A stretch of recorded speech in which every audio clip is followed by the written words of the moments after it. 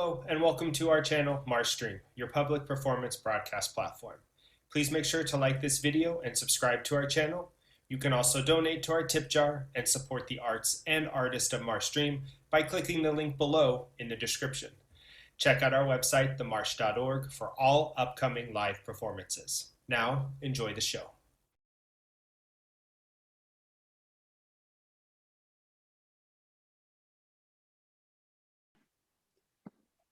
According to The Atlantic, it is no discredit to Walt Whitman that he wrote Leaves of Grass, only that he did not burn it afterwards. Variety's review of 2001: A Space Odyssey said, "It lacks dramatic appeal and ends on a confused note." One of the dozens of publishers who rejected author J.K. Rowling's manuscript about a boy wizard objected to the exclusivity of the boarding school setting, and besides thought the book was too long to be commercially viable. The results of Fred Astaire's first screen test: can't act, balding, dances a little.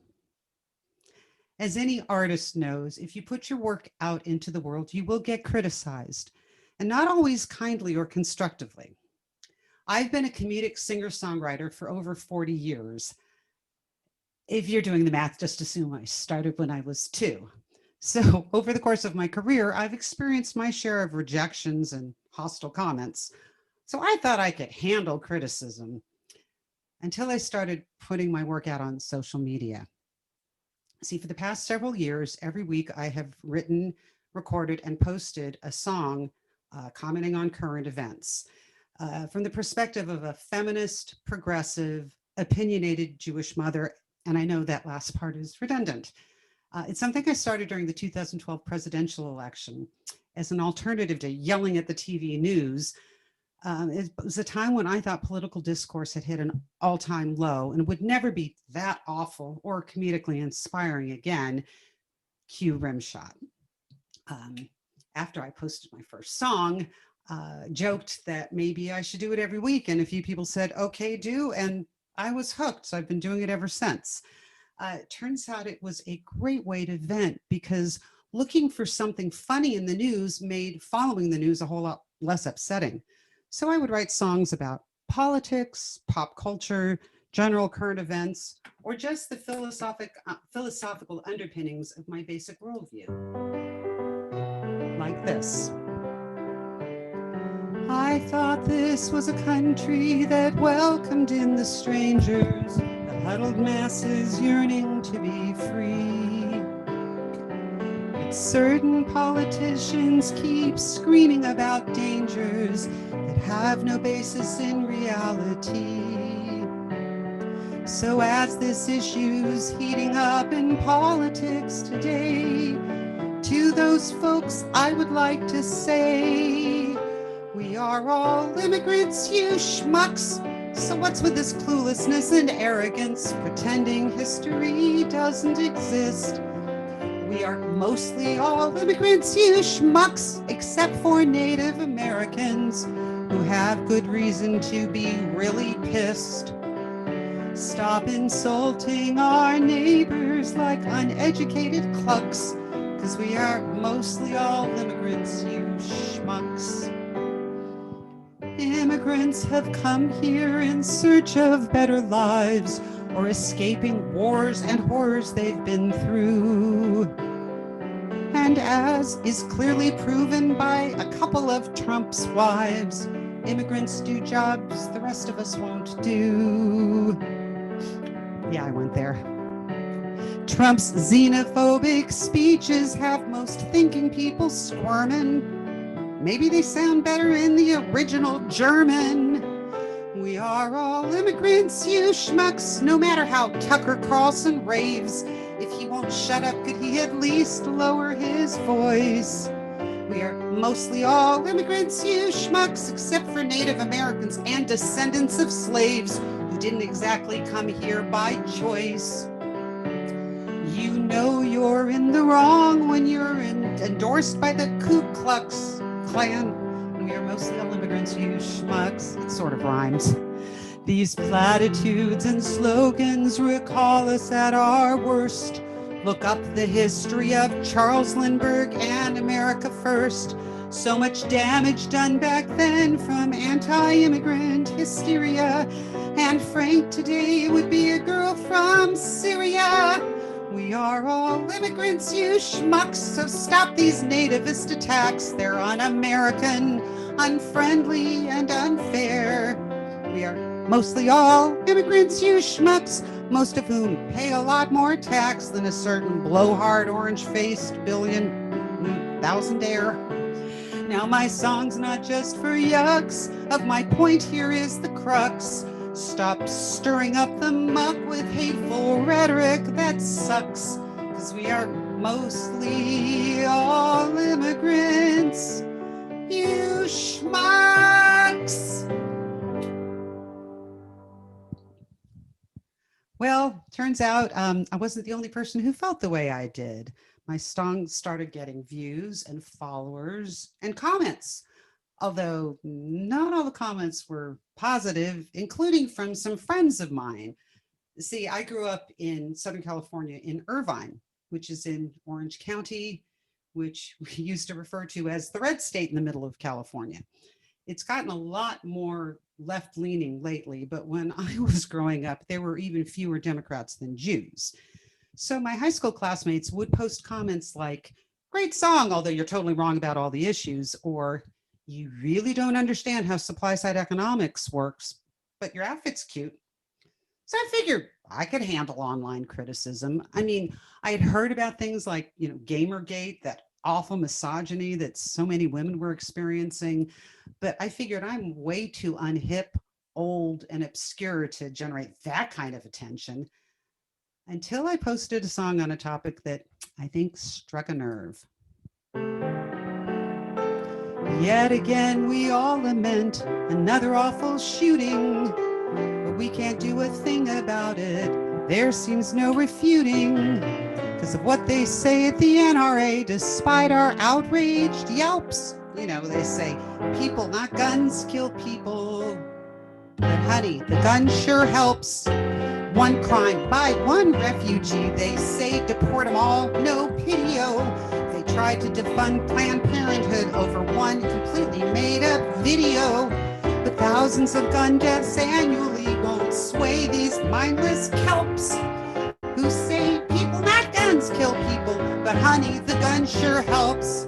We have way more guns than other countries and more gun deaths by far, I think. Our founding fathers didn't envision open carry in a bar. And that precious Second Amendment, I wish you would recall, it's all about a militia. And though gun nuts may hate it, it also says well-regulated. Hello! If it's about good guys with guns, then why do they oppose basic background checks or get so vexed at closing loopholes at gun shows? Tell me why we're paralyzed by jerks who like to smirk. People, not guns, kill people. But yelling, bang, bang, please fall down, doesn't work. How many senseless deaths before we say to the NRA no more? Yeah, people may kill people, but the way to available guns sure helps. Doesn't anyone think the weapon matters when it's less regulated than pools and ladders? Yeah, people may kill people and themselves and their loved ones and their neighbors and completely random innocent passersby, and the way too unrelated guns sure helps. Well, thank you. Well, that was the first time I got really slammed. And these comments weren't just criticizing my views, they were attacking my songwriting, my singing, my appearance, my gender, my religion, my nose. It was pretty awful, but I was doing these songs every week, and as soon as I returned to less controversial topics like the difference between caucuses and primaries or regressive taxation policy, they left me alone. I mean, they weren't going to really attack me for the weeks I was scraping the barrel to come up with a topic like, why are the Kardashians famous? Or Megyn Kelly's insistence that Santa was white. Remember that? But let's just say since 2016, there's been no shortage of material Oh my gosh, it seemed like every week there was another juicy scandal, corrupt officials resigning in disgrace, crazy conspiracy theories, jaw-dropping examples of incompetence, insane tweets, covfefe. It was terrible for the country, but great for satire and giving endless inspiration to talk show hosts, stand-up comics, and musical satirists like me. The Republican establishment has problems quite dramatic, I'll say. And when I see them freaking out, it makes me feel ecstatic. Why's that? Of party decency and standards, their leaders making a mess. It's Trump and Freuda taking glee in GOP distress. That's not very nice. But then again, they deserve it. They do. To deal with basic governance, Trump was clearly unprepared.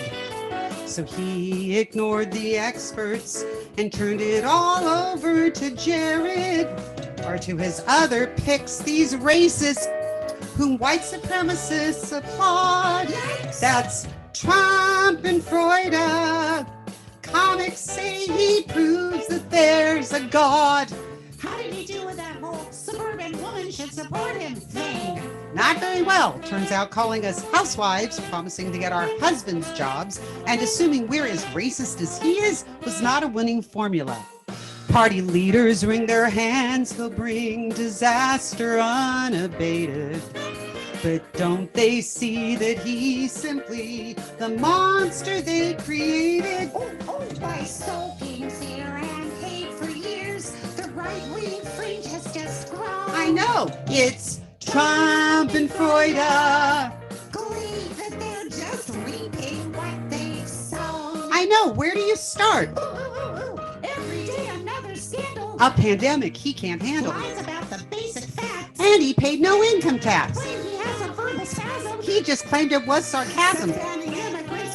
And he'd like to bang his daughter. Trump and Freuda. Trump and Freuda. When his aides clean up something dumb, he said he'll turn around and spoil it.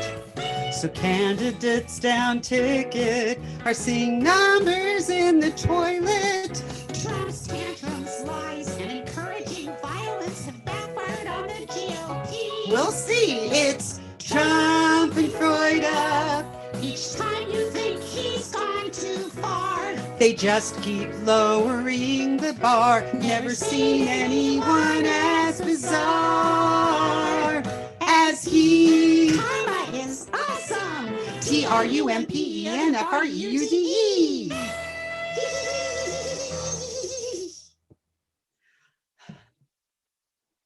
I give the puppet a bow. Well, as the country became more polarized and politics became crazier, I did continue to get a smattering of hostile comments online, but it stopped bothering me when, say, somebody with a handle, I drink lib tears for breakfast, would post a comment like, oh, Grandma, I hope your kids tell you to stop. You're embarrassing them. Or you're awful singing just killed all my houseplants.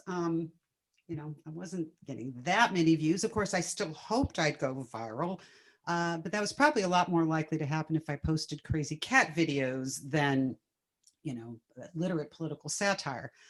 But what the heck, I was having fun. I was making a few bucks on YouTube. I had attracted a small but loyal following. Doing the weekly songs turned out to be a great way to hone my writing and performing skills. And more importantly, I got to really express myself on issues that mattered the most to me. The news is full of sexual misconduct and harassment, and what to do consumes each institution. But instead of trying to analyze what each remark or pass meant, there just might be an easier solution. You could do a lot of training and encourage more complaining, or you could hire and promote more women, make everybody in the joint sit through an hour-long PowerPoint, or hire and promote more women, could ban socializing and employee fraternizing till in rules and regulations you're swimming. Have your board of directors hire inspectors with lie detectors, or maybe just appoint more women. You could give girls a dress code, making sure that nothing showed so the guys aren't triggered by women. Or that crap we could torpedo, boys could own their own libido and stop blaming everything on women. With each story coming through, we could sniff if it's true, till the list of allegations is brimming. But instead of having men tell us what to do again, we might try listening to women. You could emulate Mike Pence and decline any events where there's a chance you'd be alone with a woman, which is totally unfair. If you avoid us everywhere, opportunities won't be there for women.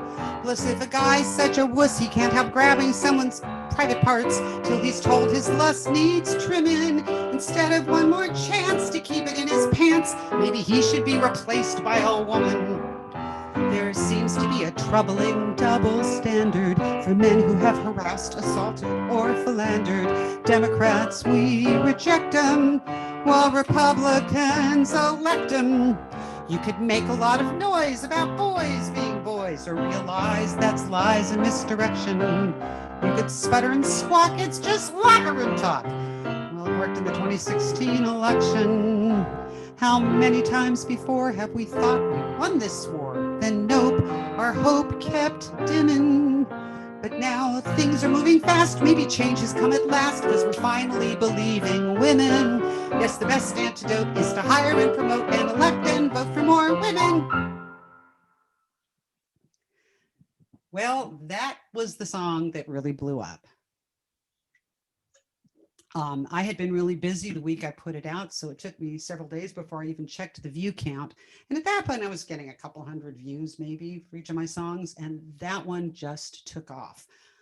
I finally learned what truly viral meant when a friend of mine told me she actually hadn't even seen the email I'd sent it out with, so her daughter had shown her the song. The daughter had been shown it by her college roommate who had gotten it from her mother, who had gotten sent to her by somebody from her book club, who had gotten it from a cousin, who'd gotten it from a college roommate, et cetera, et cetera. And after about 25 steps, by the time I got to my friend's daughter, she looked at the video and she said, "Oh my God, I know her. She used to drive my middle school carpool." I started getting comments and contact from people and people passing it on to their friends all around the country, all ages, all genders, in fact, from other countries too. And eventually it got close to 3 million views, which I realize is not exactly competition for, say, Taylor Swift or funny cat videos, but it was immensely gratifying to me to see how many people really connected with the message of the song. And on a much more superficial level, it was a personal vindication, because when I started doing these weekly songs, my younger son was 16 at the time, and he cautioned me against getting my hopes up by explaining, "You know, Mom, anything over 100 views is viral for old people." It's sure fun to prove your kids wrong. But of course, the flip side of that kind of social media visibility is that not all the comments are kind. And I thought I had already learned this with the gun control song, but oh my gosh, this was on a completely different scale. I mean, yes, the comments were sexist, which I guess I expected given the content, but they weren't just anti-Semitic and cruel and hateful. They were threatening. They were violent. They detailed all the various demises that I needed to meet. I had never been called the C word so many times or spelled so many different ways. They were ugly comments, but I never had so many comments before, which was cool. But no, at first it was a little terrifying. And then I read a little closer and realized the only thing to which these bozos really posed a serious threat was the English language. So I decided to take my own spin on those wonderful words of Michelle Obama. When they go low, I write songs about them.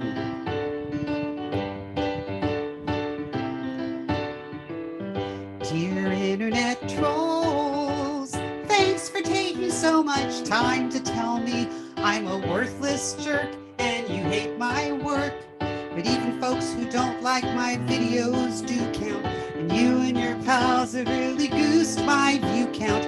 Though you think my writing and singing sucks, you help me make a few extra bucks. And you might think that I think your comments are scary, but clearly you just need a hug and a dictionary. Dear internet trolls, gosh, you really sound upset and you want to get it off your chest, but I'm not impressed. Your anti-Semitic sexist slurs would be more compelling if you could be bothered to check your spelling. And as for using foul language to knock me, I've raised teenage sons, so it's hard to shock me. So I think your comments are scary. Clearly you just need a hug and a dictionary and a good therapist. Now some of what you state may seem hateful, but for making me feel famous, I'm grateful. And I don't want to sound shrill myself, but you and your pals have already suggested plenty of possible methods to kill myself, so I'm good for now. Thanks! Dear internet trolls, did you think the way you bellyache was gonna make me disappear? I'm still here, but I know what's behind the misbehaving around your tricks, showing off for each other by waving around your words. If what I create makes you hate and deplore it, you know you could always just ignore it. So don't think that I think your comments are scary. Clearly you just need a hug and a dictionary and a good therapist and a job and a social life and something constructive to do with what's clearly too much free time on your hands, and a teddy bear and a lollipop.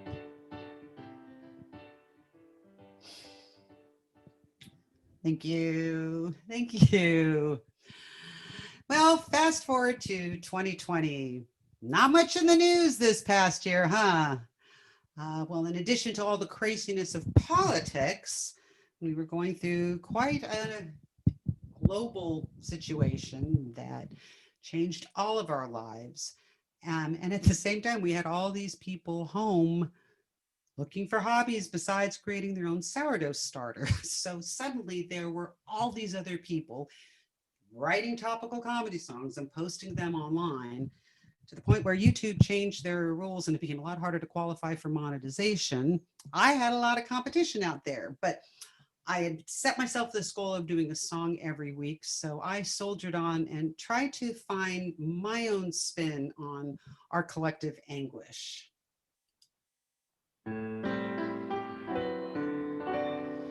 We're all in this together, as inside we must remain. The fear and isolation can produce a lot of strain. Still, I'm grateful to be healthy, so I really can't complain. But one aspect of this quarantine drives me a bit insane. I can't remember what day it is. Monday? Sure, if that's what you say it is. Lately, okay, that's the way it is, but the tedium's a bummer, my friend. Day after day, here at home we stay. No going out, not for work or play. We're living our own version of Groundhog Day, but at least that movie finally had an end. I can deal with my roots popping or my grungy chipping nails. I can deal with no more shopping. As those Nordstrom sales, though my wardrobe needs refreshing, I'll keep dressing casually. But the way the days are meshing is as depressing as can be. Each morning I wake wondering, what's today? Monotony's driving me nuts today. 'Cause we're all stuck in our ruts today. It's true, these are unusual times. I'm losing track of what day we're in. Say, is it April or May we're in? What can allay the dismay we're in? And I know I've overused internal rhymes. Someday we'll be able to go out and resume some of our usual perks. I just set a date for a great big blowout. But by then I won't remember how a calendar works, because I have no idea what day it is.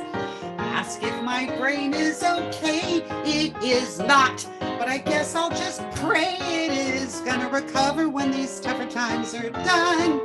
So until then, I hope you have a great day and can remember which one. Ugh. Thank you. I love seeing the little Zoom applause.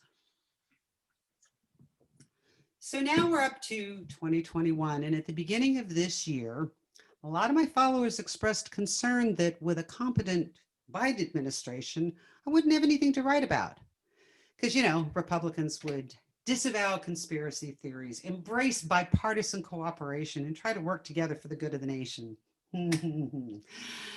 Yeah, I mean, it sure was tempting to write nonstop songs about all the new nut jobs who were adding to the circus. But at least for the first couple of months this year, I tried to write weekly songs that were just more positive because I figured we all needed to celebrate some good news. And I did a few about people I found personally inspiring, like Stacey Abrams and Doug Emhoff, our second gentleman. And between the non-controversial nature of my songs and all the competition out there, I wasn't getting attacked anymore. And frankly, when the Marsh contacted me about doing this show, I started to feel like a little bit of a fraud because it had been a long time since I'd been harassed online. And then I did a song about the new press secretary, Jen Psaki. And for some reason, that's the one that brought the trolls out. I didn't even say anything hostile to anybody. I just commented on how competent she was and how I liked her chunky jewelry and her sheath dresses. And they went to town on that one. Now there are threads on right-wing chat forums dedicated to me and my songs and how horrible they are. And of course, I know from previous experience, they're mostly showing off for each other.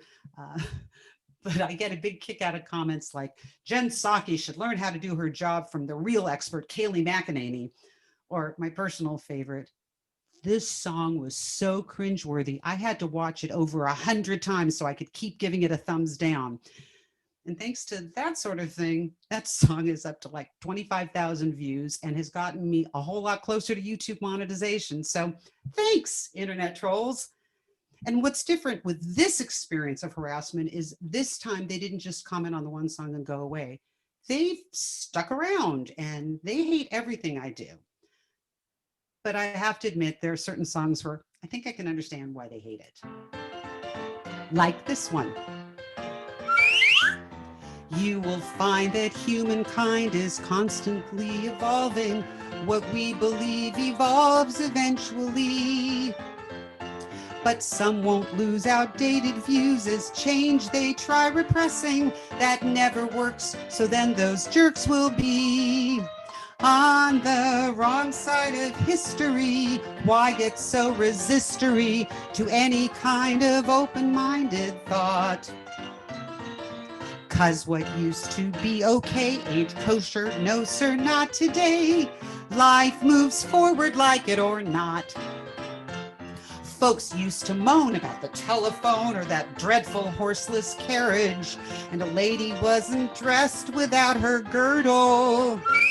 Remember all the crap they said would happen if we allowed gay marriage? Well, turns out no one tried to wed a turtle. That was on the wrong side of history. Now it seems a mystery why folks feared wife and wife or hubby and hubby. But now giving rights to trans kids makes right-wing nut jobs flip their lids the way they did about that Teletubby, the one with the purse. Before you pick a side to stick to, do a little research. 'Cause if to keep up with the times you're failing, your name will go with George Wallace, Joe McCarthy, and John Birch, Anita Bryant, Phyllis Schlafly, or Sarah Palin.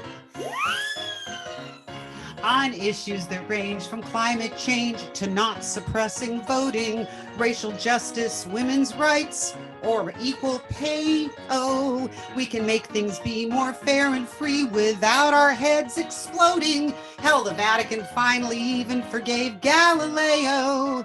And it only took 350 years. That was on the wrong side of history. Yeah, change can be tough and blistery, but we don't need to meet it with such defiance. And especially when we're in a crisis. People, the best advice is stick to facts, reality, and science, or else you'll be on the wrong side of history. I don't mean to use attack words, but stop trying to go backwards, or you'll belong on the wrong side of history.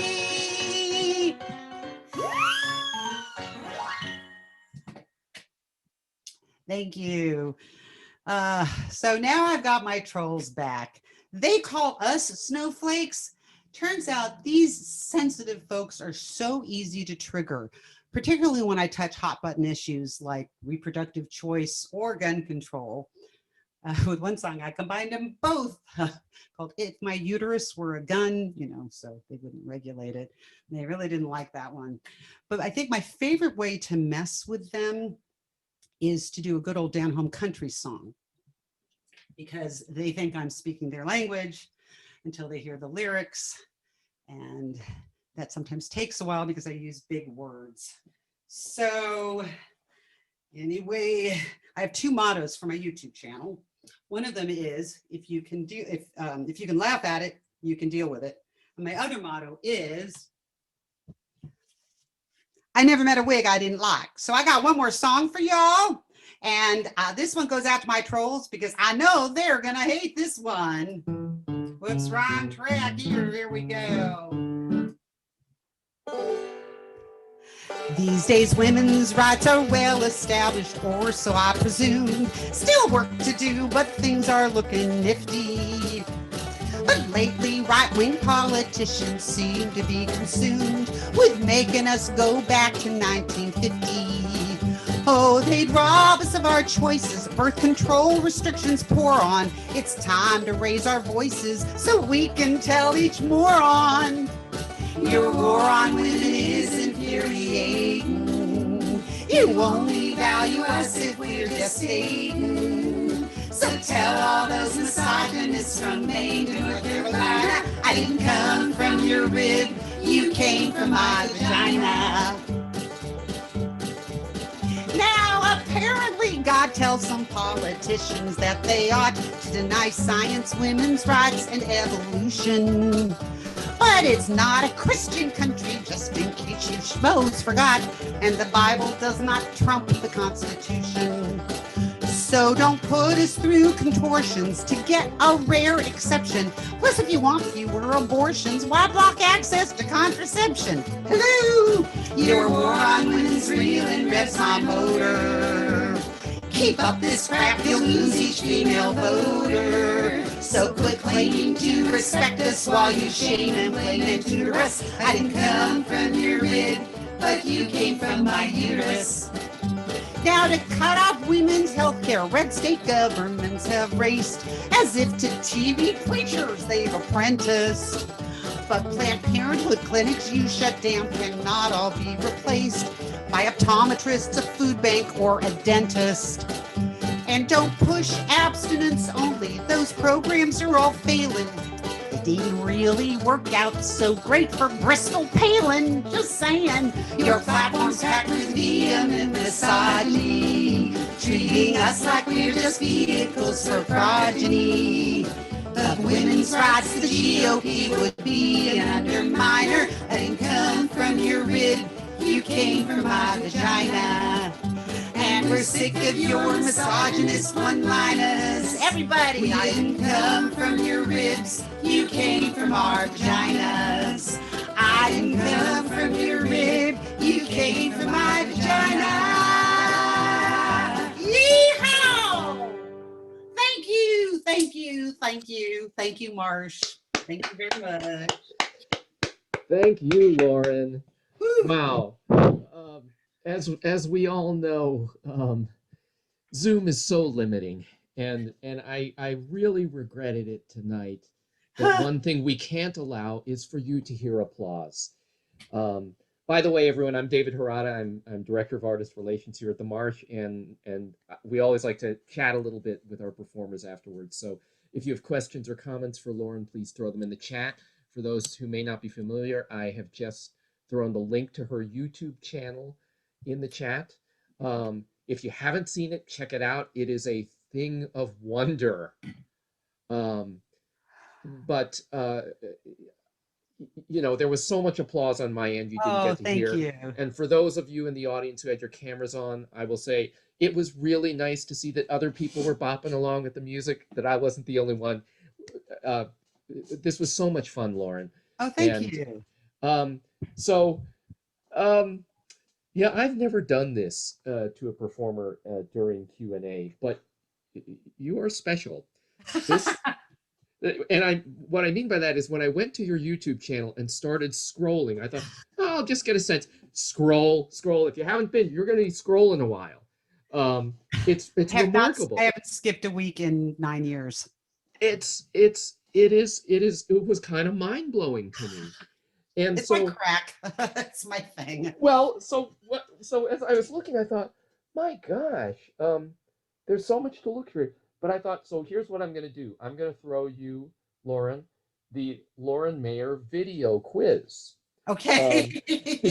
Because there's so much stuff. Part of me thinking it's like, can she possibly remember all of her own work? She might not, and I wouldn't blame you.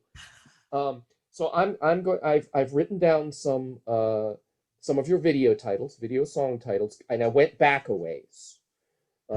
So I'd like you to just maybe remark on it, and frankly, like I said, it's a little underhanded of me, but part of me would just be kind of amazed if I could stump you on your own work.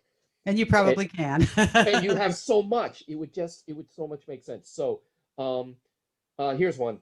It's a jolly hearing with Fiona. It's a jolly hearing with Fiona. It's about Fiona Hill when she testified before Senate or Congress. I can't remember which, but yes. Yeah. About how I thought she was amazing and I loved her accent. And your Sound of Music reference? Yes. I do. I mix up original songs and parodies. So that was a parody. Yeah. And I love, and I'm going to circle around to a particular one that got my attention. So, okay. Quiz question number 2 or video reference number 2. If men could get pregnant.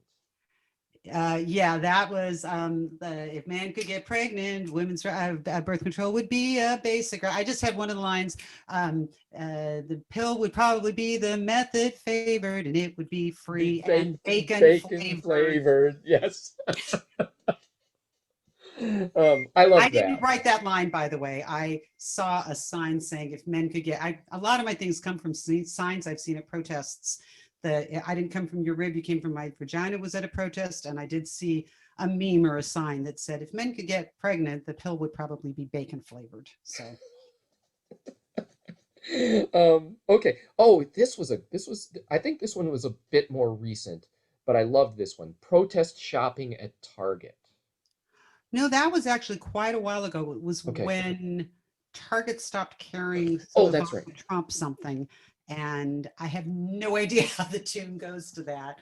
But yes, I was like, I'm going to go shop at Target because now they changed their policy to give more benefits to LGBTQ employees, and they stopped carrying Ivanka Trump stuff. So Trump was boycotting them. Just in case, I hope people know, I mean, I do lean a little left. So I did say that at the beginning.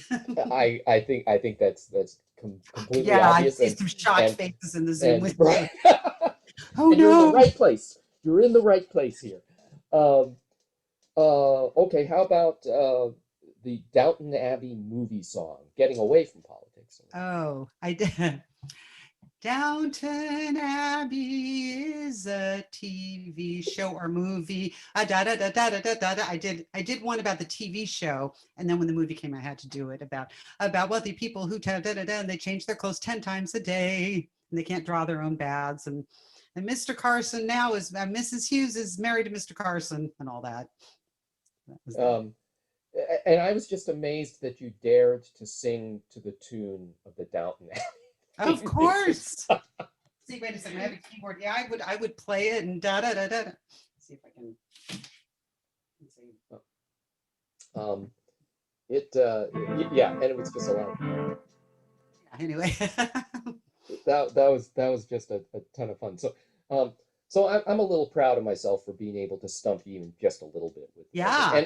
And again, I think that really that is to your credit that you have such a huge body of work. Of course, how could you possibly remember it? And so going a little bit serious then, um, do you experience writer's block, or how do you deal with it? How do you keep this production rate up? Well, I mean, actually, this is based on advice I got as a kid when I got to go to a workshop with Ray Bradbury. And somebody said, my middle school English class got to see him. And he met with us, and somebody said, "How do you write?" And he said, "You write. Make yourself do it every day or set up a routine." And so that combined with, this is my own personal spin, give yourself permission to write crap. And so I figure I'm doing a song every week. Even Stephen Sondheim couldn't come up with something brilliant every single week.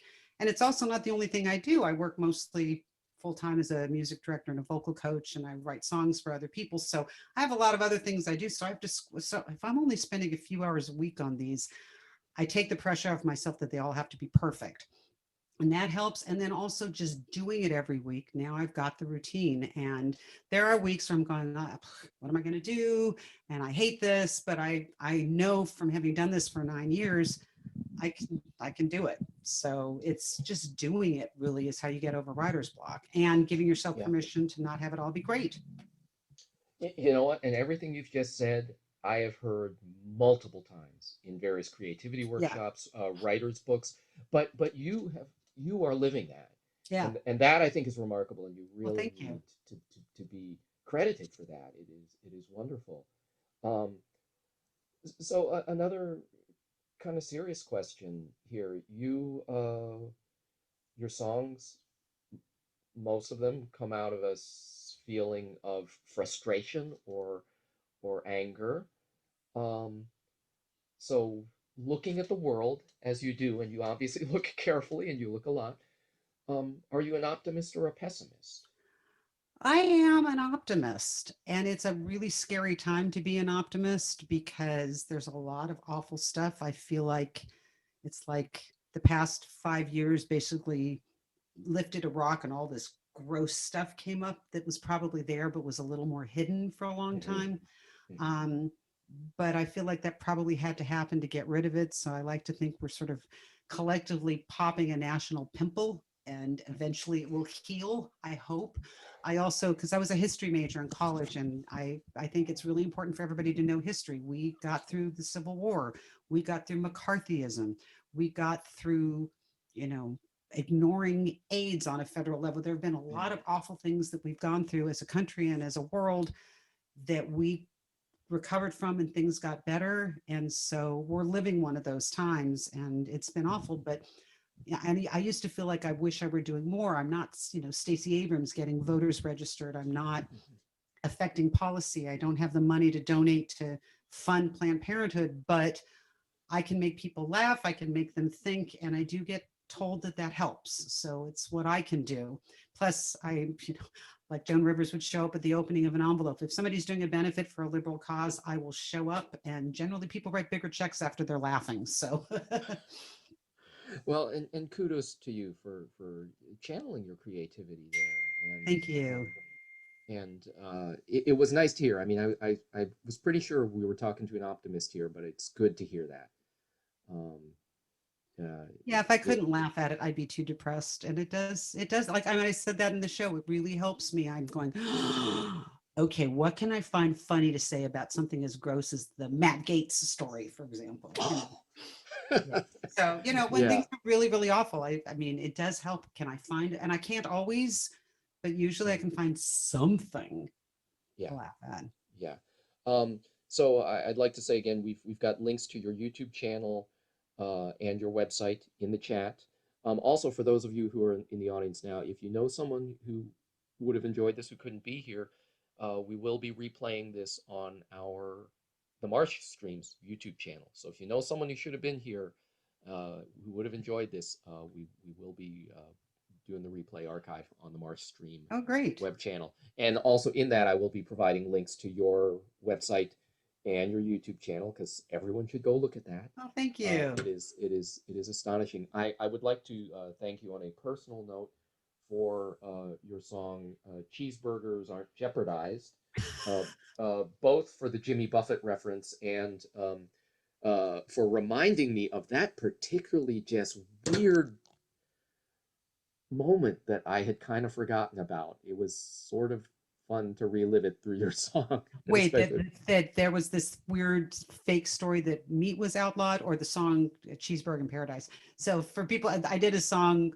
just a few weeks ago. There was this story that because some obscure green policy paper came out saying if we cut back to one burger a week, something like that, we could reduce a lot of climate change problems, because that would reduce carbon emissions. And somehow Fox News took it upon themselves to decide that it was a Biden policy to outlaw hamburgers and to limit us to one a month. So, which is not true. So that's always, those kinds of things are always good for a story. I still haven't done one about Jewish space lasers, but I'll probably get into those too. Well, and then I can't remember which Republican lawman, I think it was one of the Republican congressmen, who then tweeted something about this fake story and was ranting and saying how, we're going to be eating tofu burgers while you wash down your plant-based beer. Yeah, I put that in the song. There's a line about plant-based beer. Yeah, as opposed to your meat-based beer. It's always been good stuff to write about. Yeah, and I'm sure it's not running out for you anytime soon. Oh, no. So thank you again for bringing this. Before we go out, when we close out, I'm going to run a trailer for our weekend show. Candace Johnson, who's a voice professor at Cal, and she's doing a series on Black art song composers, and she's doing this one on the composer Adolphus Hailstork this weekend, and she's framing this with a solo monologue in which she based on her experiences as a music teacher and her interactions with students. So she's created this dramatic script with the music.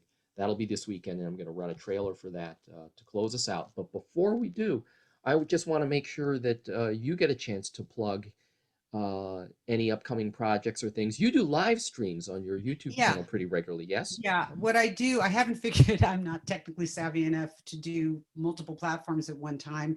So I do a Facebook live stream every other Sunday. So I did one just yesterday. So the next one will be in 2 weeks at 4 o'clock California time. And then I post it on YouTube, and I do a theme every time.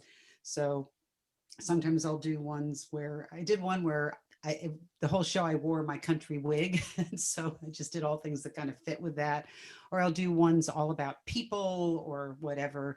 So I do that every other week. I'll be back at the Marsh at the end of June 28th, for this same time slot, doing a whole different show called I'm Not Old, I'm Vintage, about the indignities of being an older woman. And I have songs about that too that weren't part of my weekly songs. I've done some comedy albums. And then trying to think if I have anything else. No, I have albums for sale. I have a mug that says I didn't come from your rib, you came from my vagina, with that character. You can get to it from laurenmayer.com. And I'm, like I said, if anybody's doing a benefit, I'm available. And I also do birthday parties and bar mitzvahs. I do custom songs for people, because now that I write every week, if somebody says, oh, I have a birthday party coming up in 2 weeks, that's probably not enough time to write songs about my husband's birthday. It's like, piece of cake. Yeah, just another day at the office for you. Yeah, just would it please feel free to put the kibosh on this request, but would it be too much to ask you for one more song before we twist my arm? I would love to. And actually, I realized one topic I didn't cover just because I didn't get trolled on it, but it's another topic near and dear to my heart I haven't touched. And this was where, could I find something funny to say about climate change denial? So see if you think this fits. All right. Well, friends, Lauren Mayer. Let me start that one over. I love being my own engineer. Stop, sorry. Sorry, you guys. Can I start this over? Okay, now I think it's good. Sorry, I love being my sorry, there we go. All right, now it's working. Just because we're having a winter storm doesn't mean the planet's not getting warm. That idiotic argument's rather old. Climate change can also make it cold, but that's the beauty of science. It doesn't care if you believe it or not.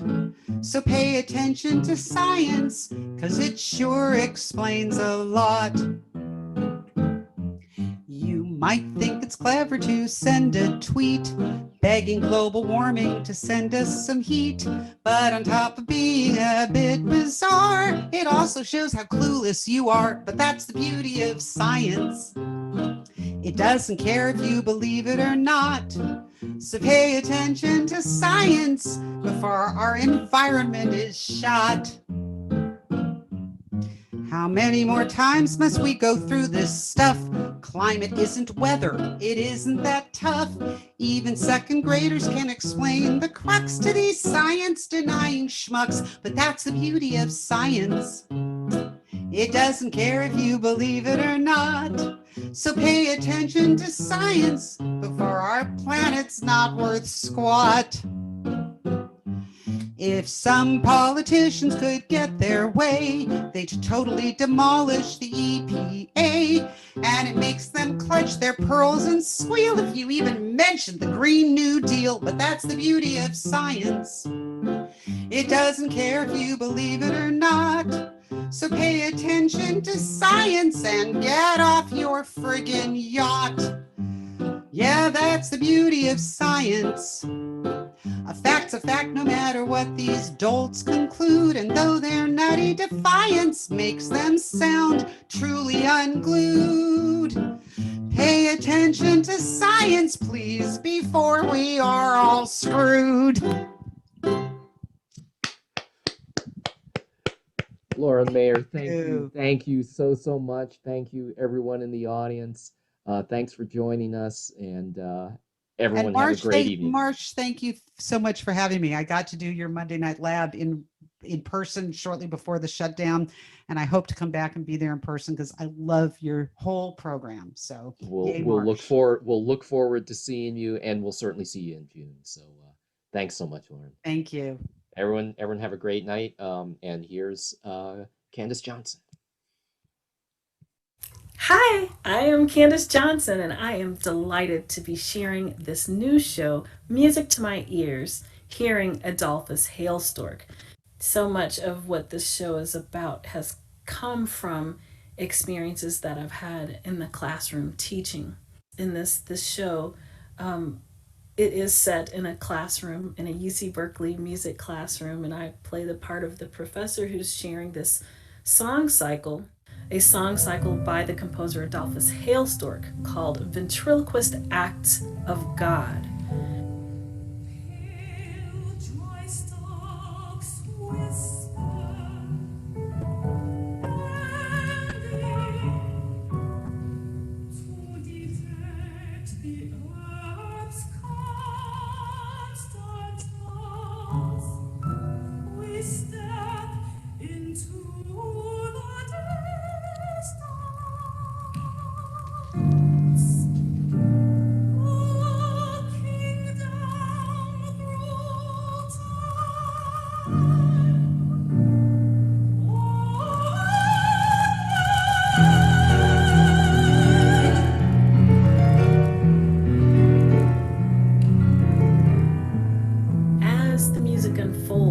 The students in the classroom begin to listen. They listen not only to the music, but they listen to each other. So this story is about music. It's about community. It's about biography and a celebration of the beauty of words.